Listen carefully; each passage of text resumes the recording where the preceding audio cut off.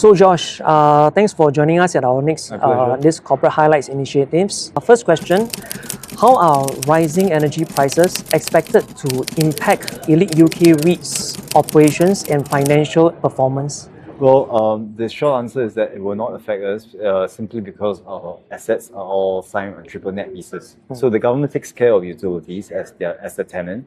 None of it hits me. That's the first impact, first order impact.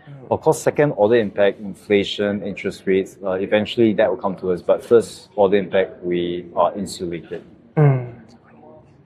So the second question is, what strategies are elite UK REIT employing to manage the effects of rising interest rates? Currently, we're about 92% hedged. That's a very high level of percentage. Now, when interest rates were coming down last year, some people also asked us, hey, why do you hedge so much? This year, I think we also look a bit like champions for hedging this level.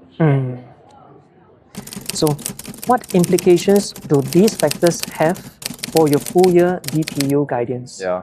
We are probably one of the few REITs that have started to provide management guidance. That's something that our board is supportive with. If you look at my top line, my rental income comes from the UK government, and that's solidly resilient. Every month I get a income. In fact, the government pays us 3 months in advance, so that is solid, rock solid.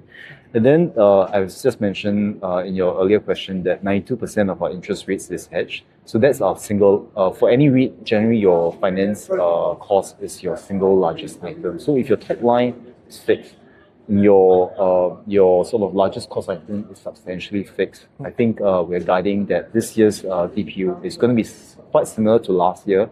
However, we are working on a few things at the moment that will hopefully, increase the DPU going forward. And of course, this is subject to us being able to deliver some of these strategies. Okay.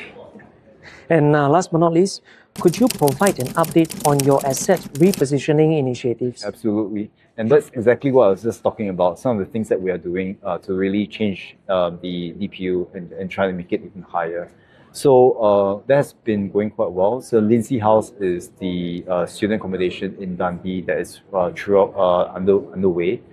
We intend to have 170 beds that will be open for business, hopefully in September next year. That's when the start of the 2027 academic year is. And then I think we have one more in Cardiff, 350 beds, plus minus. We intend to prepare to submit for a formal planning application.